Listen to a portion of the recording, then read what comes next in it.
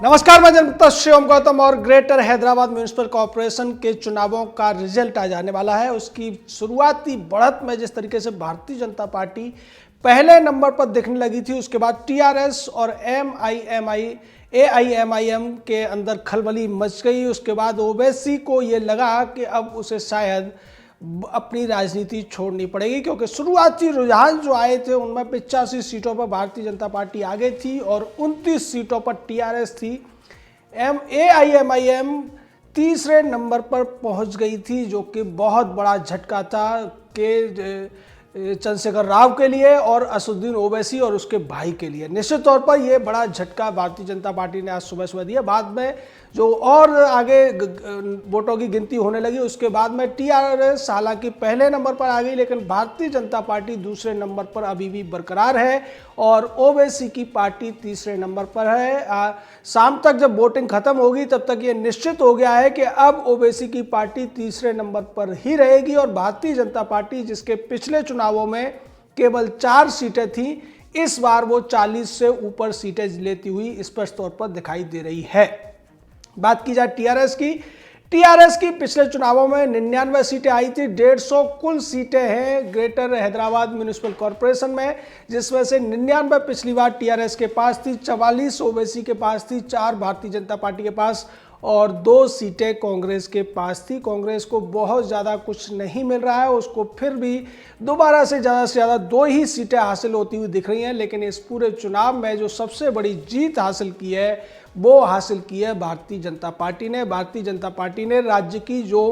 सत्ताधारी पार्टी है टीआरएस, उसको उसकी सीटों से काफ़ी नीचे खींच लिया है और ऐसा लग रहा है कि इस बार अगर नगर निगम में मेयर बनेगा तो अकेले टीआरएस का नहीं बनेगा। टीआरएस को इस बार एआईएमआईएम यानी कि ओवैसी की पार्टी का सहारा लेना पड़ेगा नगर निगम का मेयर बनाने के लिए, और यही बहुत बड़ा झटका है कि चंद्रशेखर राव के लिए। और भारतीय जनता पार्टी के स्थानीय जो प्रदेश अध्यक्ष हैं, उन्होंने भी कहा है कि ये जो चुनाव है, हालांकि इसमें हमें ये उम्मीद थी कि हमारा मेयर इतनी आसानी से नहीं बनेगा, लेकिन दूसरी तरफ इसका स्पष्ट संकेत है कि चंद्रशेखर राव जो ये मानकर चल रहे हैं कि तेलंगाना हमेशा उनको वोट करता रहेगा, उनकी पार्टी हमेशा सत्ता में रहेगी। इस बार ये संदेश मिल गया है कि अब टीआरएस के रिटायरमेंट का समय आ चुका है, टीआरएस को घर वापसी करनी पड़ेगी और टीआरएस की जगह पर भारतीय जनता पार्टी तेलंगाना में आने वाले दिनों में सरकार बनाने जा रही है। ये दावा भारतीय जनता पार्टी के प्रदेश अध्यक्ष ने किया है, क्योंकि उनका वजह यह है कि जिस तरीके से हैदराबाद नगर निगम में उन्होंने 4 से 40 सीटों का जो दायरा है वो पूरा किया है, जो रास्ता पूरा किया है, उसके बाद उन्हें उम्मीद है कि आने वाले लोकसभा चुनावों में 15 सीटें भारतीय जनता पार्टी को मिलेंगी और राज्य के जो विधानसभा चुनाव होंगे उसमें भी भारतीय जनता पार्टी आसानी से सरकार बनाने की स्थिति में आ जाएगी। हालांकि इस पूरे मामले में जिस तरीके से ओवैसी की पार्टी ने, ओवैसी के भाई और ओवैसी ने खुद ने जिस तरीके की बयानबाजी की थी, जो बातें कही थी, और यहाँ तक कह दिया था जब उत्तर प्रदेश के मुख्यमंत्री योगी आदित्यनाथ ने कहा था कि वो हैदराबाद का नाम बदलकर भाग्यनगर कर देंगे, तब ओवैसी ने यह कहने की कोशिश की थी कि हम उनका नाम बदल देंगे, हैदराबाद का नाम नहीं बदला जाएगा। लेकिन अब ओवैसी को बहुत तगड़ा झटका लगा है। उसकी पार्टी पिछली बार जो सीटें जीती थी उससे लगभग आधी सीटें जीतती हुई दिखाई दे रही है, जबकि भारतीय जनता पार्टी पिछली बार जितनी सीटें जीती थी उससे 10 गुना ज़्यादा सीटें उसको आती हुई स्पष्ट तौर पर दिख रही हैं। लेकिन शुरुआती जो काउंटिंग हुई थी उसमें तो एकदम से ऐसा लगा था कि भारतीय जनता पार्टी का मेयर बनने जा रहा है, क्योंकि मेयर बनने के लिए 76 सीटों की जरूरत है और भारतीय जनता पार्टी को शुरुआत में 85 से 87 तक सीटों पर आसानी से बढ़त हासिल होती हुई दिख रही थी। लेकिन जैसा कि चुनावों की गिनती में होता है, शुरुआत में जो बढ़त होती है वो निरंतरता के साथ बनी रहे ये कम देखा जाता है। लेकिन इतना निश्चित है कि शुरुआती रुझानों से ही अंत में क्या परिणाम आएगा इसकी आराम से कैलकुलेशन की जा सकती है। और अभी तक जिस तरीके से टीआरएस पहले नंबर पर है, लेकिन उसके बावजूद भारतीय जनता पार्टी अपनी बढ़त को बरकरार रखे हुए है और भारतीय जनता पार्टी जो पिछली बार तीसरे नंबर की पार्टी थी, इस बार वो दूसरे नंबर की पार्टी बन चुकी है। अब ये देखना बहुत ज़्यादा दिलचस्प होगा कि हैदराबाद जो तेलंगाना की राजधानी भी है, राजधानी के नगर निगम में अगर सत्ताधारी पार्टी को इतना बड़ा झटका लगेगा, क्योंकि कम से कम 25 से 30 सीटों का नुकसान सीधे तौर पर टीआरएस को होता हुआ दिख रहा है और 20 के करीब सीटों का नुकसान हो रहा है ओवैसी की पार्टी को, और ये सभी सीटें जा रही हैं भारतीय जनता पार्टी को, जो कि भारतीय जनता पार्टी की एक बड़ी जीत के तौर पर देखा जा रहा है। और ये जो राजनीतिक पंडित हैं वो ये अनुमान लगा रहे हैं कि अब शायद साउथ भारत के यानी दक्षिण भारत के तमाम नगर निगमों में इस तरीके की बड़ी एंट्री भारतीय जनता पार्टी कर रही है। इसका सीधा संकेत है कि अब भारतीय जनता पार्टी वहां पर अपनी सरकार बनाने की स्थिति में भी आ सकती है। जैसा कि कर्नाटक में तो पहले से भारतीय जनता पार्टी की सरकार है, तमिलनाडु, आंध्र प्रदेश, तेलंगाना और केवल केरल बचते हैं जहां भारतीय जनता पार्टी अभी तक सरकार नहीं बना पाई है। आंध्र प्रदेश की अगर बात की जाए तो वहां पर भारतीय जनता पार्टी के एनडीए की सरकार जरूर रही है जब चंद्रबाबू नायडू एनडीए के सदस्य हुआ करते थे, लेकिन अब इस स्थिति को देखने के बाद में आंध्र प्रदेश में भी भारतीय जनता पार्टी का बेस आगे बढ़ सकता है, इसकी उम्मीदें की जा रही हैं। लेकिन दूसरी तरफ जो विपक्ष की पार्टियां हैं उनमें इस बात को लेकर खलबली है, खलबली ममता बनर्जी को भी है। अब वो भी ये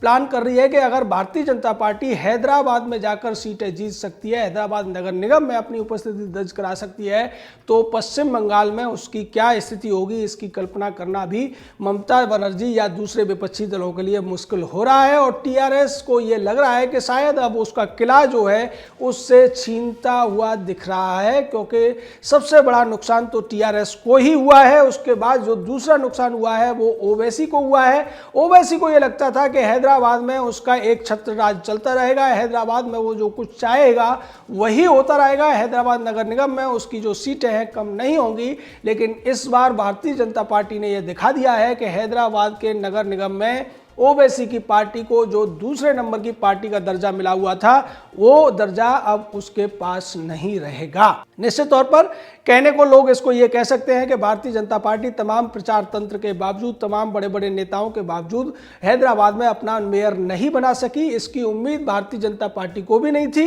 वो भी ये मानकर चल रहे थे कि एकदम से वो मेयर की सीट तो हासिल नहीं कर पाएंगे, लेकिन निश्चित तौर पर इतनी बड़ी जीत की उम्मीद उन्हें भी थी कि कम से कम उनकी सीटें इतनी तो आएंगी कि वो ओवैसी की पार्टी को पीछे धकेल सकते हैं। और यही भारतीय जनता पार्टी के लिए एक बड़ी जीत है कि ओवैसी जो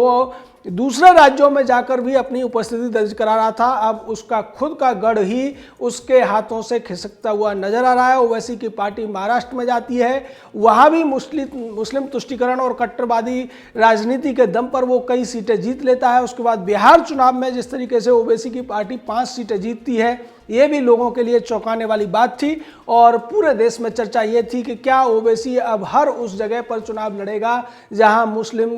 आबादी ज़्यादा है और वहां पर उसकी पार्टी सीटें जीतेगी। लेकिन ये जो हैदराबाद का उलटफेर हुआ है, इसमें अब सबको ये नजर आने लगा है कि अगर ओवैसी दूसरी जगह जाकर चुनाव लड़ने के चक्कर में रहेगा तो शायद हैदराबाद से उसका पत्ता साफ हो जाना है। क्योंकि ये जो स्थिति बनी है उस स्थिति के लिए अगर कोई जिम्मेदार है तो ओवैसी जिम्मेदार है। और हैदराबाद के लोगों ने भी दिखा दिया है कि ओवैसी जो बड़ी बड़ी बातें करता है उससे वो इत्तेफाक नहीं रखते हैं, वो राष्ट्रवाद की बात सोचते हैं, वो देश की बात सोचते हैं, वो राष्ट्रीयता की बात सोचते हैं, राष्ट्रीय एकता अखंडता में विश्वास करते हैं। ये हैदराबाद के लोगों ने स्पष्ट तौर पर दिखा दिया है। इस स्थिति के बाद में कांग्रेस कुछ कहने की स्थिति में नहीं बची है, क्योंकि कांग्रेस की सीटें 2 से ज़्यादा बढ़ती हुई दिखाई नहीं दे रही हैं। कांग्रेस को यह पता है कि जिस तरीके से उनका आंध्र प्रदेश में सुपड़ा साफ हुआ है, उसी तरीके से तेलंगाना में, हैदराबाद में भी उनका सुपड़ा साफ होता हुआ स्पष्ट तौर पर दिख रहा है। वैसे अगर बात की जाए, जब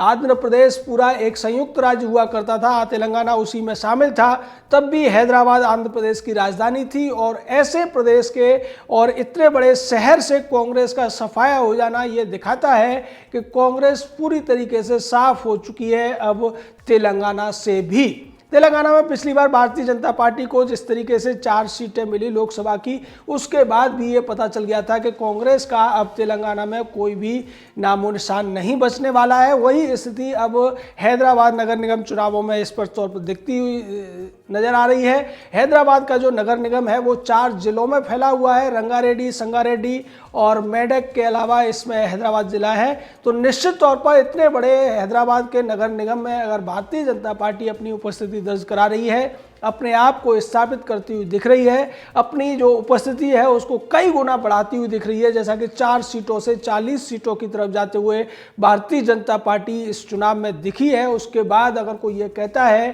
कि भारतीय जनता पार्टी को इस चुनाव में हार मिली है, तो निश्चित तौर पर उन्हें अपना कैलकुलेशन सही से करना चाहिए। उन्हें यह देखना चाहिए कि जो पार्टी 4 सीटों पर थी, जो दहाई का आंकड़ा नहीं छू सकती थी, उसने अपनी सीटों को बढ़ाकर 10 गुना किया है। और जो सत्ताधारी पार्टी है, जो नगर निगम में भी सत्ताधारी पार्टी थी, उस पार्टी को 25 से 30 सीटों का नुकसान भारतीय जनता पार्टी ने पहुंचाया है। दूसरी तरफ असदुद्दीन ओवैसी की पार्टी, जिसको कि सभी लोग ये मानकर चल रहे थे कि उसको उसकी सीटों का नुकसान नहीं होगा, क्योंकि ज़्यादातर असदुद्दीन ओवैसी की जो पार्टी है AIMIM, वो मुस्लिम बहुल इलाकों से जीतती है और हैदराबाद की आबादी में मुस्लिमों की तादाद बहुत ज़्यादा है। उस स्थिति में भी अगर ओवैसी की पार्टी को 15 से 20 सीटों का नुकसान होता हुआ दिख रहा है, निश्चित तौर पर ये ओवैसी और TRS के लिए खतरे की घंटी है। आने वाले विधानसभा चुनावों के लिए, आने वाले लोकसभा चुनावों के लिए राजनीति में ये कहा जाता है कि जो वोटर होता है वो किसी की बापोती नहीं होता। वोटर एक जागरूक इंसान होता है